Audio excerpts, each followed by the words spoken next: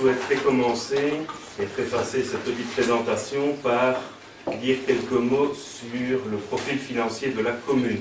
La situation financière de la commune est celle. Alors ça, évidemment, c'est une généralité ou une banalité que je voudrais un petit peu étayer ici, puisque quand on regarde la situation financière d'une commune, en général, la première chose que l'on met, ou le premier poste que l'on met en corrélation avec une situation financière, c'est l'état, je vais dire, ou le profil de la dette communale. C'est un élément très important.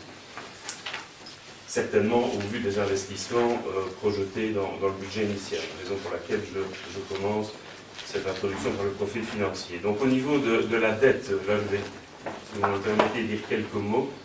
Au niveau de la dette communale, les experts financiers diraient que Remicourt a une belle dette.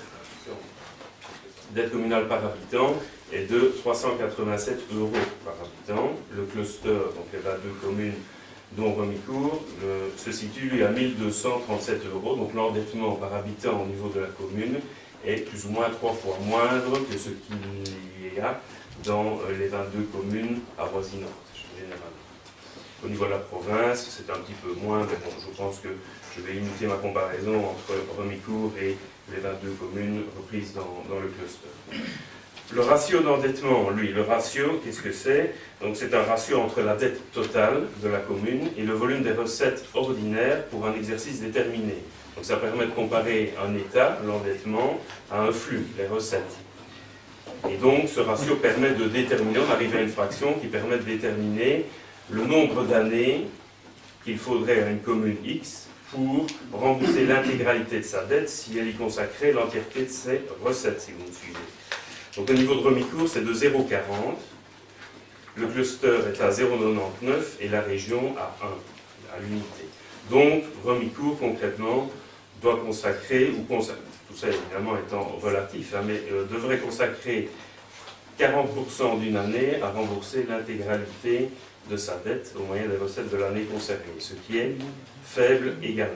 Donc il faut savoir que sur la période 19-24, la dette actuelle aura diminué de l'ordre d'1 million d'euros par la commune. Donc tout ça pour dire que les finances sont saines sous le volet endettement, et donc potentiellement capacité d'emprunt.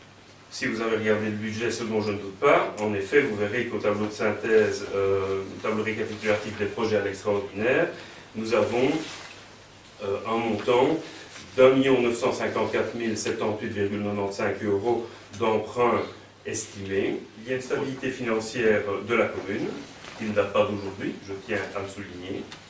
Et en termes de respect des normes de la valise, les emprunts qui sont projetés, nous y reviendrons à l'extraordinaire, cadrent avec cette valise, et donc le recours à l'emprunt peut être envisagé sans problème et sans grever les finances.